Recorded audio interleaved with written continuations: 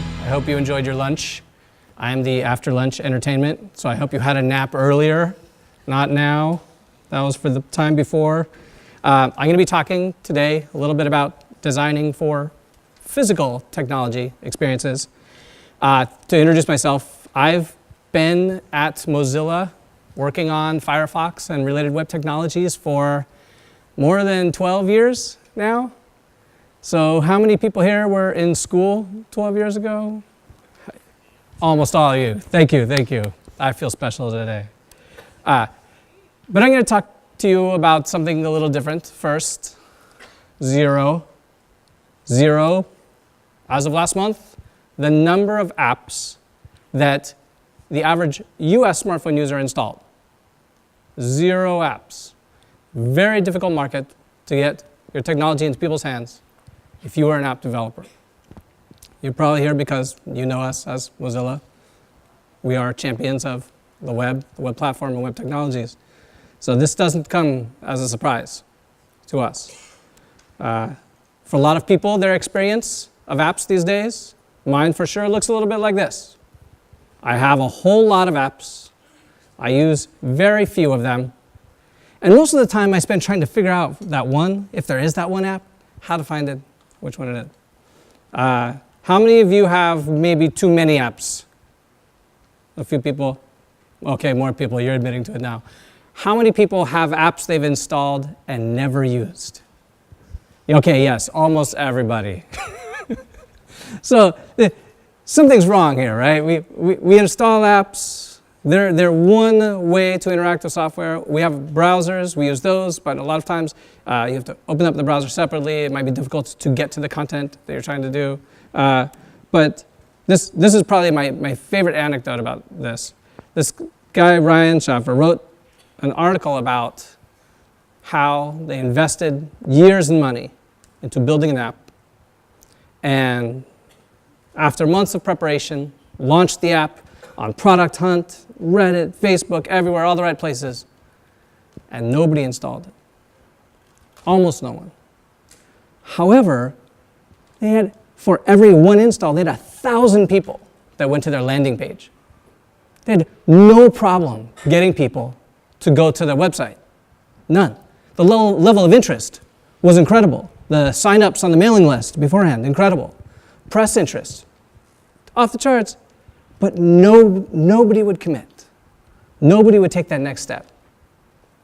And I think you will not be surprised to hear that this story ended with the team deciding to get more investment and go back and build a better app.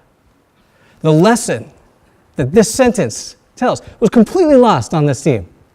That 1,000 times the number of people who installed their app were willing to go to their website. If they had only delivered these services, same thing, through the web, they could have had 1,000 times more users than they had. And we know people are doing things on the web and mobile. This diagram shows that people spend a lot of time in a small number of apps on any given day.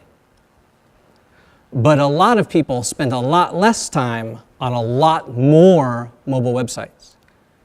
People are visiting mobile websites very often, far more than the number of apps that they use every day. You're probably familiar with being in any given app, a messaging app, buying something, and being popped out into a web view. Maybe it opens in your browser, maybe it opens in a transitional view. But the experiences that we have of the mobile web are often short. They're transitory.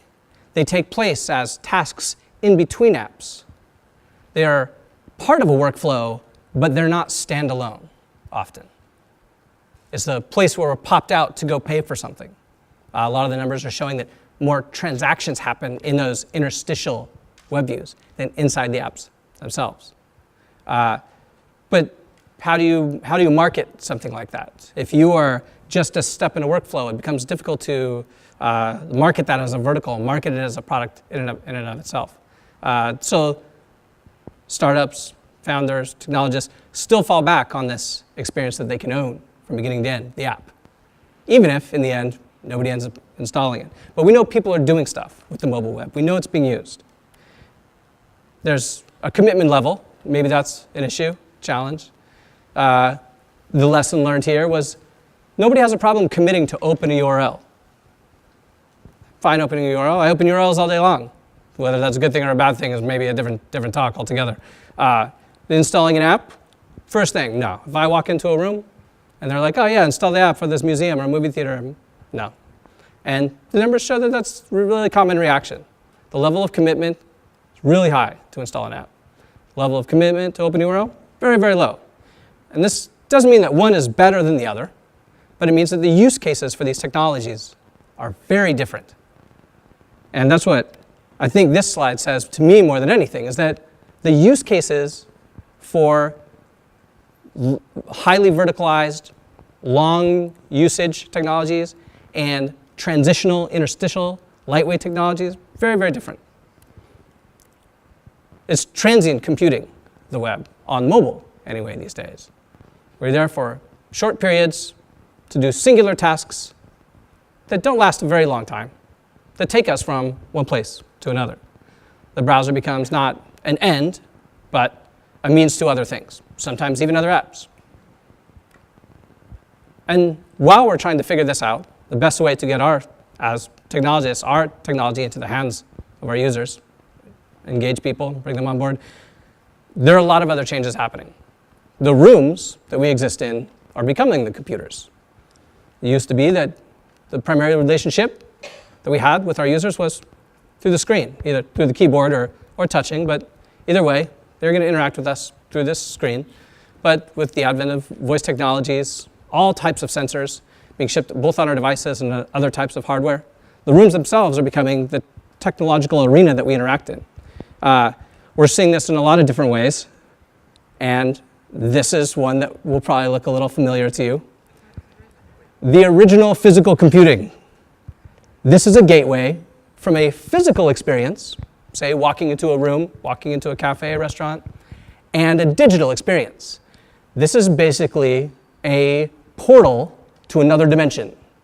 Even though for most people they'd be like, oh, it's QR code, I gotta scan a QR code again. Depending on where you go. In some places, these portals to other dimensions have fantastic success. I've spent a lot of time in Taiwan this year, a lot of time in different parts of China this year, and it's a default interaction. It's considered a low-friction interaction. But coming from the US, the QR code is derided, especially by designers, as a high-friction interaction. There are a lot of reasons for this. OS support generally hasn't been great, mobile OS for QR codes. That's changing rapidly. iOS 11, I think, 12 different places in the OS support QR codes now, everything from contacts to calendar events. Being able to connect to your IoT peripheral devices in your home through a QR code, it's kind of amazing. The US tech press is starting to pay attention because US companies are paying attention, acting as if this is a new thing. US companies are finally starting to embrace the QR code. Whereas in, you use WeChat in China, it's basically the currency for everything from purchases to social interactions. This was in Taipei, where at just a tea shop, you could connect to all of your favorite social interaction mediums at the tea shop, Tsujiri. Fantastic tea. But this is a really common thing to see. This is a company from Taipei, and they do, if you're familiar with TeamLab, a Japanese company that does big interactive digital exhibits, this is a company in Taipei that does the same thing. And they do this for Taipei 101 building, they did a big exhibit, and a couple of different science museums and things like that. Very large, interactive digital installations. They get paid a lot of money because they have to build an app. Their customers always want an app that accompanies the exhibit. And they did this the first few times and realized really quickly no one was installing the app. So they added QR codes up everywhere. All right, cool. Everybody scanned the QR code, loaded the page. The page would either forward directly to the App Store or have an install button. Nobody would install the app. So they decided, a little side project, they rewrote the app using Canvas and an HTML page and just put the contents that were in the app in the web page itself. They went up over 90% engagement. Almost everyone in this exhibit in the Science Center started engaging with the digital services. They were going from exhibit to exhibit in the center, interacting with each one, almost no friction at all. This is just a simple QR code to HTML page flow. Really, really cool company. It was really interesting to talk to them about their experiences because a lot of what their clients still want is an app. There's something tangible, singular, from a design perspective, but also probably from an investment perspective, how much money you're putting into it when you get an app back. It's singularly tangible in a way that the web isn't really, where it's more ephemeral, transitional. But for these types of physical interactions and use cases, ideal. Another way to engage people physically, this is the Taiwan train card. I'm not sure what Kuala Lumpur's train card is because I haven't had one yet. Hong Kong, they have the octopus card. But these are all NFC. This is another physical interaction you're probably familiar with. It has its own design challenges, but it's a way to onboard people from a physical experience into a digital experience. Unique design challenges, like almost every train station that has NFC cards. You can see the turnstiles are designed at a 45-degree angle. So you can walk, tap, without stopping. Now, sometimes this works, but they have to, figure out what the lowest common denominator is, and they make it exactly the same height. So for some people, it's a down low. Some people, it's a reach up. For some people, it's an awkward tweak. Depending on if you're left or right-handed, also a challenge. But sometimes, like in hotel elevators, they added this, and they didn't really think about the ergonomic challenges of a vertical surface and having to tap on a vertical surface that has no edges. So you find yourself in the awkward situation of dancing in the elevator like this, trying to get the card on there right, but because it's NFC, which stands for near field communication, when they mean near, they mean really, really near. It's a chip in there that has no power source. It is powered by the power source that you press it against. So you really have to hold it on there. You have to hold it real close and exactly the right spot. So here, there's this big black spot, way bigger than the card. There's a hot spot in there somewhere. It's only about this big. So the little white dot in the corner where it says card, they put a sticker there. So you knew exactly where to hit, except the sticker blocked the chip. So they put the sticker just below the hot spot on this giant black spot that they put as a foil to make you think the whole thing would work. So you have to actually hit it just above where it says card and on the right part of the card. So I stayed in this apartment for 2 weeks, and it took me about the first week to be able to get it right. So it's interesting, becoming more ubiquitous. iOS has NFC support now, but not in a generalized way. Most Android devices these days, the chips are so cheap, it's becoming integrated pretty regularly. You're seeing it in these types of use cases a lot, but the design challenges still. With every time that you want to interact, have the human body interact with a digital service, there's going to be pros and cons, like in beacons, Bluetooth beacons. This is a different type of physical to digital interaction. It's more passive. You can walk into a room, and if there's a beacon there and your phone is configured correctly, you will get a notification from the beacon in the room. It's very simple. No software to install, no awkward physical interactions to do. It's ambient. You walk in, and the room talks to you, which is fascinating. Again, the room can reach out to you. We have some basic protections against these types of outreaches, like turning off Bluetooth, right? But more often than not, if this is designed correctly, I would like this type of interaction. I would like to be able to walk into this room and figure out what the schedule is, figure out who's in here, what's going on, who am I, who's the speaker, what's it going to talk about? I don't know. It would be cool, right? You can walk into a museum, learn about the exhibits as you go. You can dial up or down the signal strength on these. So maybe they only go a couple of meters. Maybe they go, technically I think they say it can go 15 meters, but what we found in some experiments, it can go really, really far. So at the Mozilla Festival last year, we took 100 Bluetooth beacons and we put them all over 9 floors of an art university where there are exhibits on every floor. It was a great idea. It was super fun. People can walk around the art school, be notified about what's on that floor. It gives you kind of a built-in automatic record of the things you saw. When I go to museums or I go to the art gallery, I'm taking all these photos, I'm sending myself emails, I have this constant awkward pile of digital notes through different apps and camera and all this stuff. Here, had it all built in. It's fantastic. Except for the fact that the signal can go really far in open spaces. And the middle of the university was open. So people would walk in and immediately get like 100 notifications.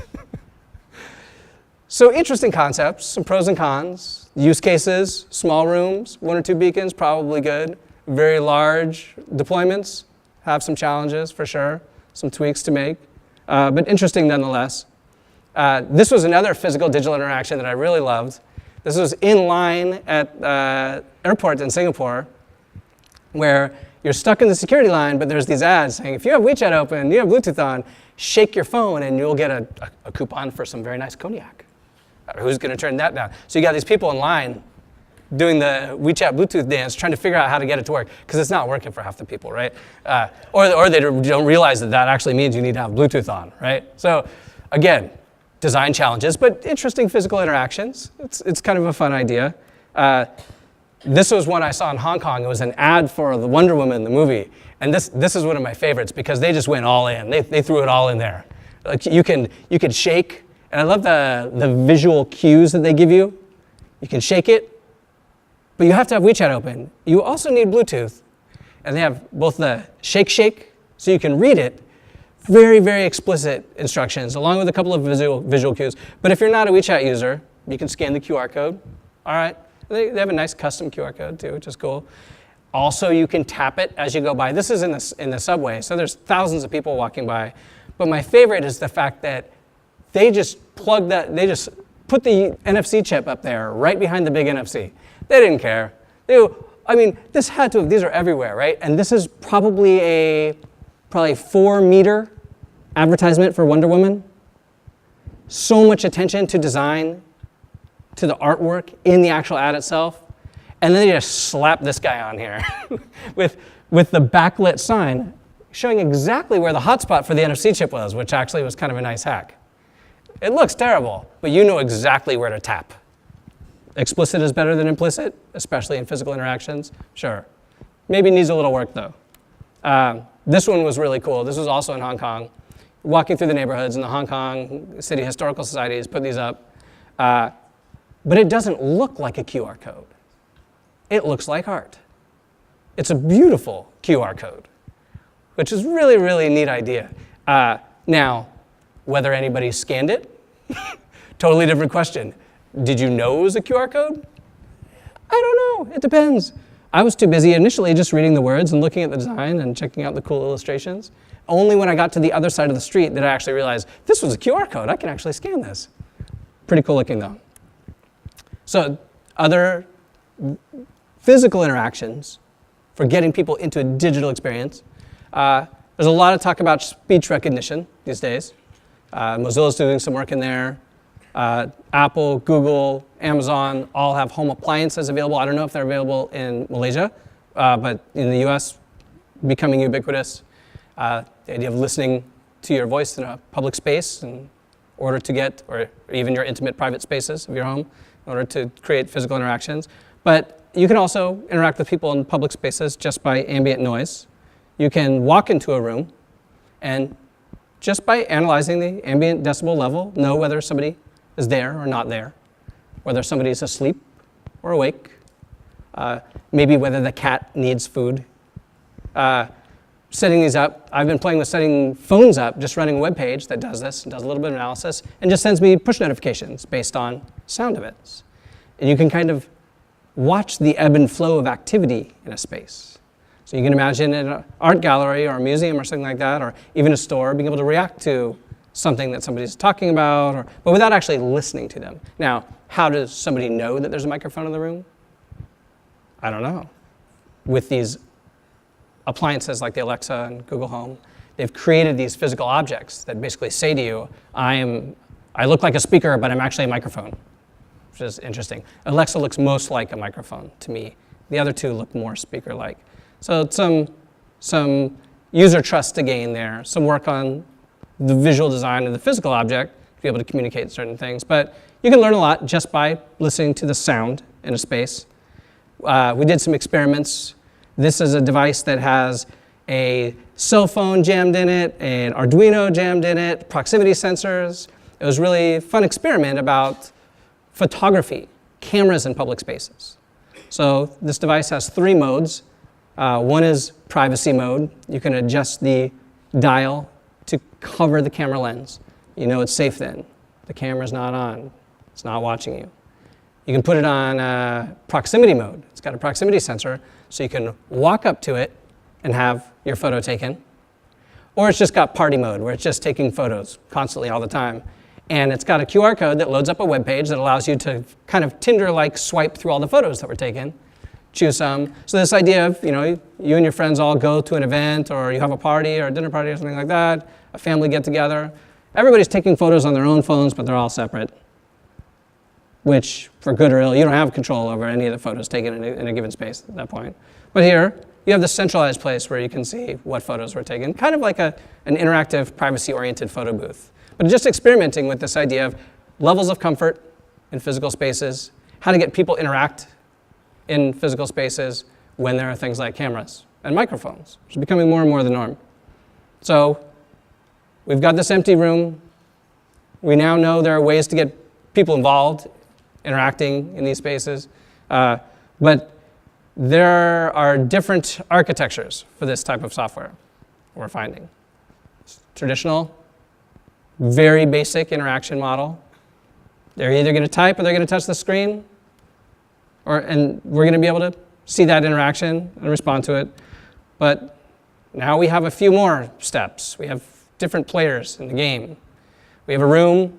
There may or may not be physical interactions. Something may or may not be listening and or speaking. You may not be getting notifications on your phone that then trigger these cycles yet again. So the topology of physical computing starts to get really complicated. If we're building these things ourselves using QR codes and Arduinos and Raspberry Pis and things like that, we have an idea of the nature of these topologies. But when one of these players in this game might be Alexa or Google Home, our visibility into that is reduced somewhat. But the general flow that we're seeing here is you can interact physically. You can open a URL, which may or may not open an app. But we've seen what that future or that present looks like, and it's not pretty. Also, if you scan, it opens you the app, and you don't have the app, then you have to install it, which is a pretty big barrier to surmount to get people onboarded into an experience. You can do the same thing and go directly into messaging services. This is what we're seeing with things like WeChat and Line and all these services where you can pay directly from the QR code. It launches into your messaging app or something like that that you can interact with. But we also don't know from a web perspective kind of what that future looks like either. A lot of these messaging services are highly verticalized. They don't want you to leave. They kind of are your browser to some extent as well. The messaging services want you to come in and experience all the content of the internet in this one container. The browser is the flip side. It wants to be able to launch you out into all these experiences in a way that you can decide and mediate for yourself. And in some places, these cross, right? If all of the web that you're experiencing is opened up from the Facebook app or from WhatsApp or from WeChat, you are experiencing some set of the web in some way, but mediated maybe by somebody else. So I think at some time in the future, we're going to see these two types of application intertwined even further.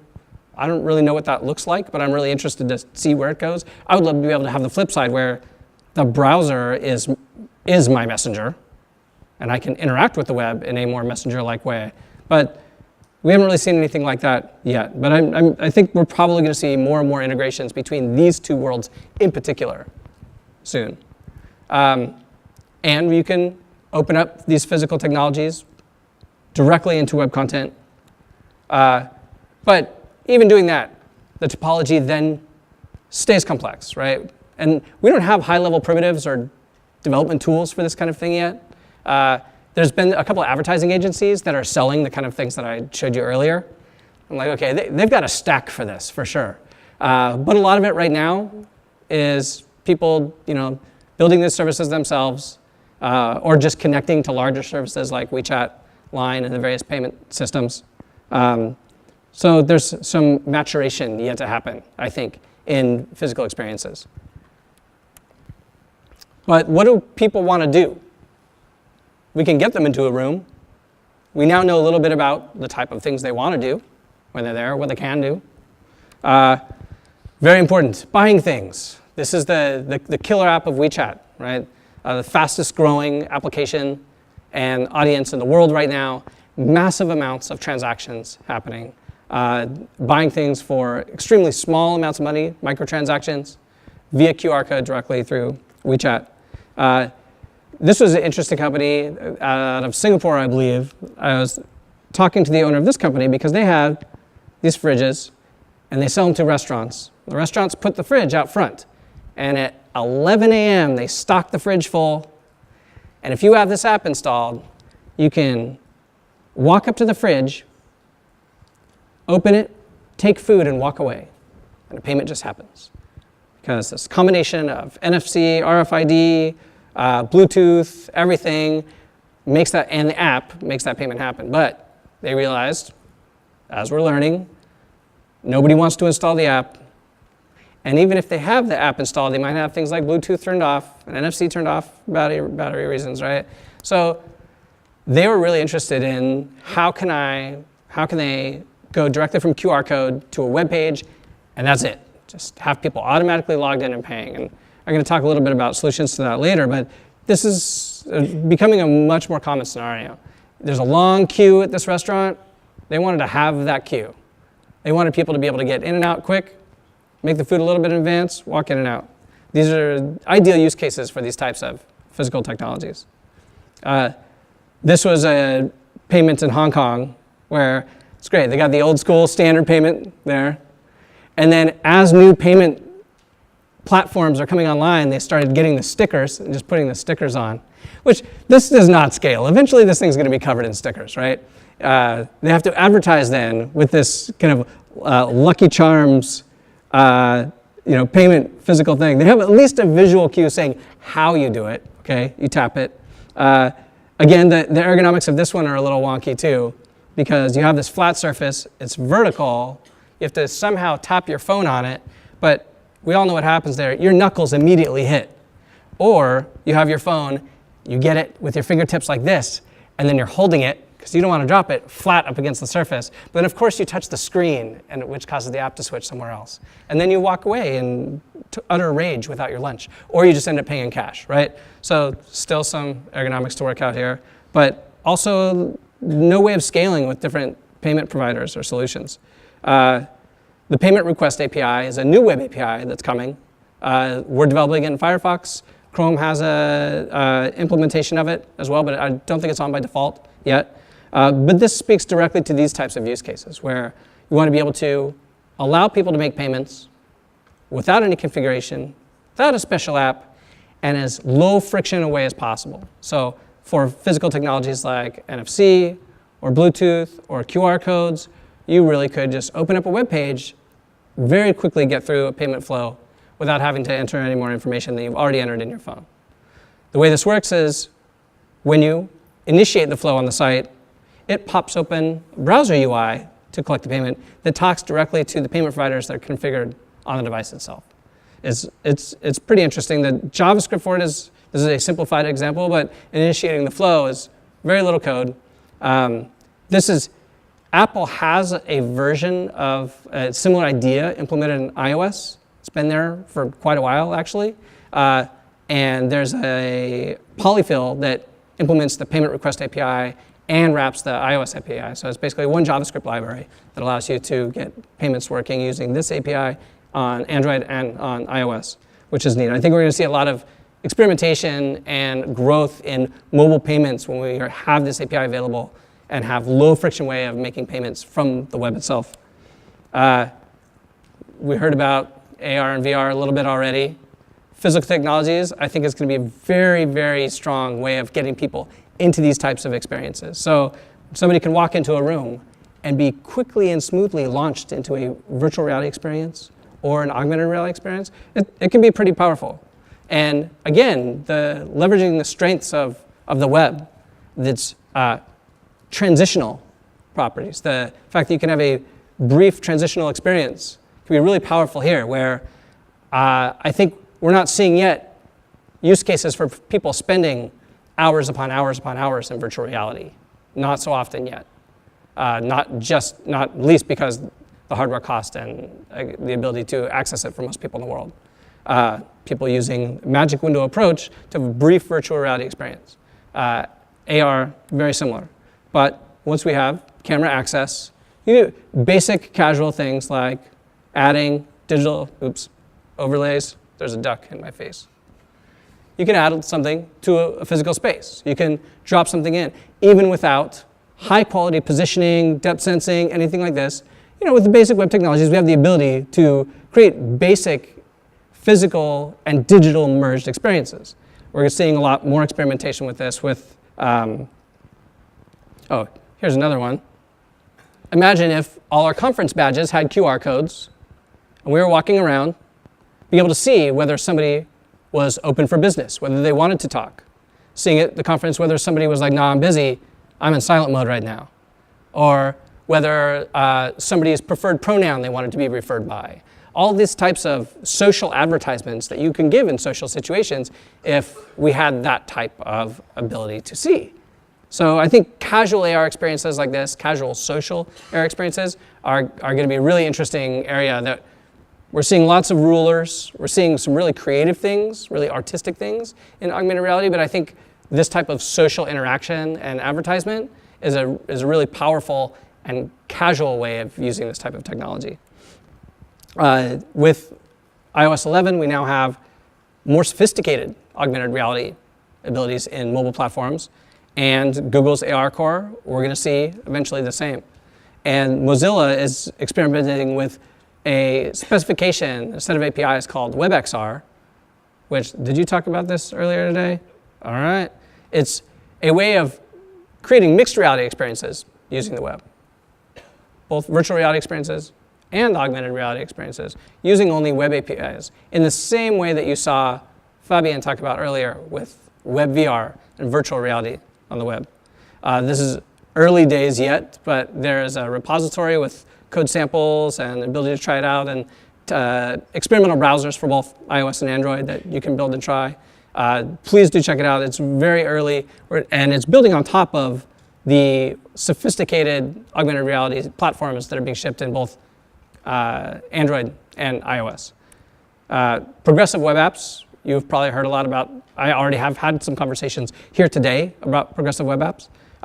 These are a set of technologies that are not one thing unified, but new pieces of web API technology that you can use to make your web pages more app-like.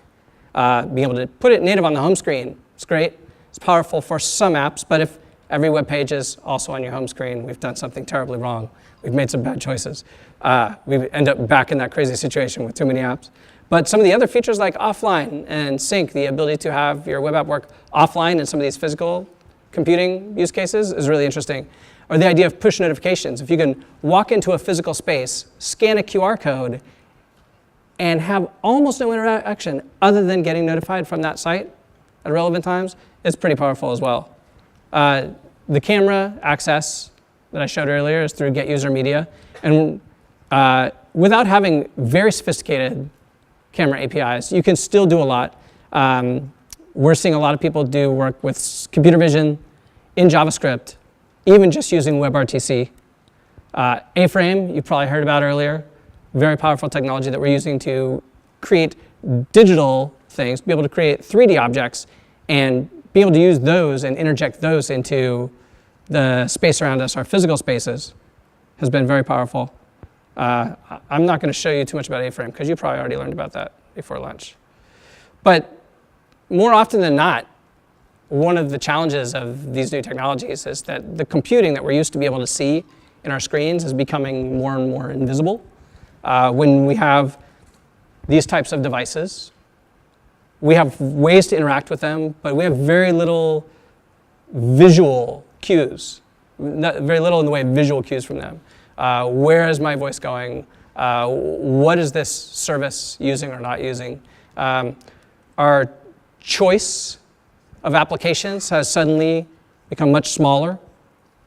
Our idea of interaction design is basically decided for us entirely by the manufacturers of these devices. So there are some challenges here, but again, this is also an industry where it's pretty early on. There are a few early moving and big players, but the kind of independent home appliance, digital home appliance is something that we're not really seeing yet, and I think it's going to be really interesting as the platform abilities to be able to do this kind of stuff matures. And some of that maturation is happening in projects we're doing in the Emerging Technologies group at Mozilla. Project Things is really 2 projects around IoT that we're doing. The Things Gateway is designed for Raspberry Pi, and it's software that you can use to be able to hook up the appliances in your home in a way that you have choice about, that you can mediate and decide how and when they talk. The ability to see inside platforms like HomeKit is very limited. And this is an experiment in giving you, and especially as technologists, people who are going to be doing the research and experimentation and pushing the envelope in this type of area, visibility into how these things work together. And the Web Things API is a lightweight API for describing the type of things that you want to connect together in these physical computing situations. Privacy and security are obviously very large concerns. It's a conundrum in the US as concerns about privacy in the home are increasing. Sales of these devices are also increasing. And people say they have a privacy concern while also using technologies that really don't obey or even care about their privacy concerns. Not abnormal, pretty normal actually with adoption of technology, but I think these things are going to get mediated over time. We have very little visibility into the security and data retention policies of these types of devices. We've yet to see how problematic that's going to be. We've seen a few examples of law enforcement, police getting data from Alexa and things like that. But again, this is how much visibility we have really into the entire complex topology that makes up those types of ecosystems. So those technological ecosystems are very complex, and they are in our most intimate spaces, in our homes. But we have very little visibility and control into how they operate and what they do. Again, as we move into a more virtual, augmented, and physically interacting digital world, this is another threat. That this is a video called Hypermedia. It's on Vimeo. It's worth watching. It's an exploration into the farthest extreme of what this type of physically interactive world could look like. Frightening, awesome, maybe a little bit of both. But as technologists, as programmers and designers, it's up to us to help users mediate this future, to design in a way that is respectful of human attention, respectful of personal and intimate spaces like the home, and respectful of people being able to get the things they need to do done in physical spaces. So hopefully you learned a little bit about the challenges and the benefits of physical interactions, how to integrate those with the web, and the strengths that are unique to the web in allowing a better user experience, a better security model, really, and a better privacy model for these types of this type of technology. Thank you.